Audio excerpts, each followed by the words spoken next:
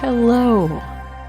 On May 21st, we will have a full-day seminar on the topic of the relationship with your partner.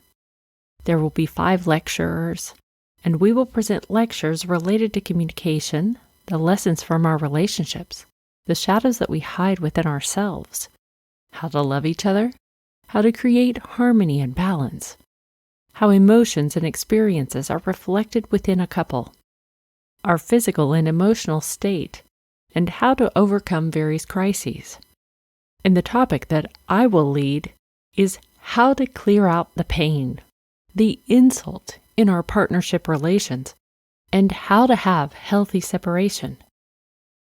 I would like to share with you now 6 concise steps that I have found to be incredibly effective and that are a synopsis of my lectures on these themes. A lot of people come to me and ask me to help them separate. How can they stay friends? How can they clear out the anger, the pain, the injuries that have been caused over time?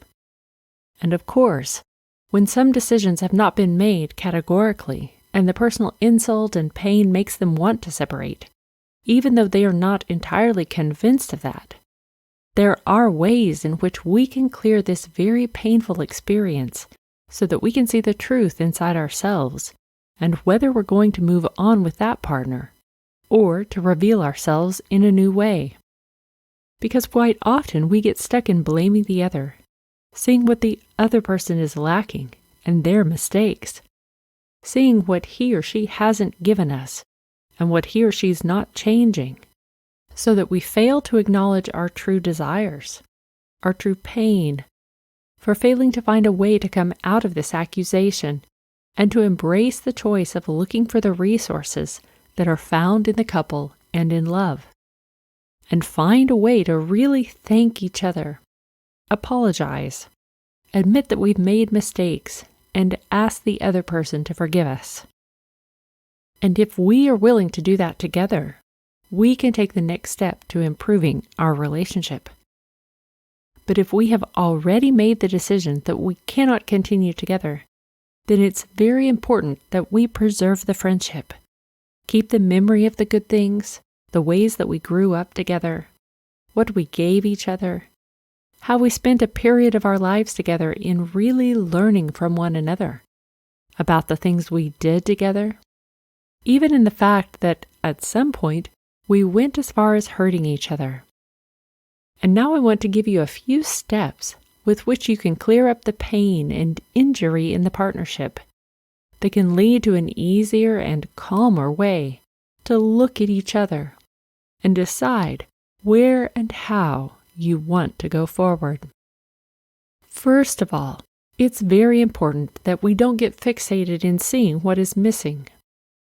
The accusations and shutting ourselves down, running away from our partner, and closing in on our personal pain and negative emotions. Let's see what his or her strengths were, and what are still the other person's strong qualities and traits that we like, although we have hurt each other. So, the first step is to say what things you like about your partner, what qualities, what good things he or she has done, what successes he or she has personally achieved. The second step is to say thank you for what we've experienced and for our togetherness for the past we've had.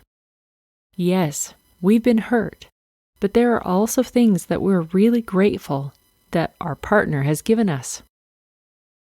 The second step is to thank him or her for your experience and for what you have received from your partner. The third step is to say where you have compromised, but obviously you did not realize that they were overburdening you, and the fact that you met them has served to break something in you, and right now you have the opportunity to continue, or to remain insulted and close to your partner. Admit what it is that weighs on you, that was a compromise, and that you already understand that you can't tolerate in a relationship, or in relationships in general. The fourth step is about paying attention to what you can accept as part of the character and behavior of this partner, although you do not like it? Or is it something that is a difference between you? That is, to accept his or her differences, to accept some kind of shadow that you both carry within you, so that you may allow him or her to realize that he or she does not need to be perfect. This way, you will also work to accept your own imperfection. The fifth step is about declaring what you want to happen from now on.